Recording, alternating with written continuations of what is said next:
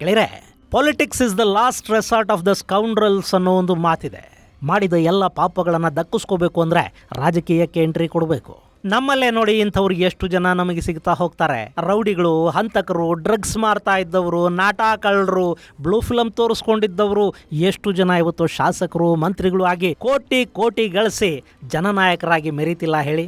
ಮಾಡಬಾರದೆಲ್ಲ ಮಾಡಿ ಹಣ ಗಳಿಸಿ ಅದರಲ್ಲೊಂದಷ್ಟು ಖರ್ಚು ಮಾಡಿ ಎಲೆಕ್ಷನ್ನಲ್ಲಿ ಗೆದ್ದು ಬಂದುಬಿಟ್ರೆ ಮುಗೀತು, ಬಾರಾಕೂನ್ ಮಾಫ್. ಇದನ್ನೇ ಈ ರೆಹಮಾನ್ ಡಕಾಯತ್ ಕೂಡ ಮಾಡೋದಕ್ಕೆ ಹೋದ. ತನ್ನನ್ನು ತಾನು ಬಲೂಚರ ನಾಯಕ ಅಂತ ಗುರುತಿಸ್ಕೊಂಡ. ಈ ಕರಾಚಿ ಅನ್ನೋದು ನಮ್ಮ ಮುಂಬೈ ಇದ್ದಂಗಿದೆ, ಹಾಗೆ ಲಾಯ್ರಿ ಅನ್ನೋದು ನಮ್ಮ ಧಾರಾವಿ ಸ್ಲಮ್ ಇದ್ದಂಗೆ. ಅಲ್ಲಿ ನಾನಾ ಕಡೆಗಳಿಂದ ಬಂದ ಜನ ಇರ್ತಾರೆ. ಬಡವರು, ಆ ಹೊತ್ತಿನದ್ದು ಆ ಹೊತ್ತು ದುಡಿದು ತಿನ್ನುವ ಜನ. ಅವರನ್ನು ಒಲಿಸ್ಕೊಳ್ಳೋದು, ಅವರ ಓಟುಗಳನ್ನು ಖರೀದಿ ಮಾಡೋದು ತುಂಬ ಸುಲಭ.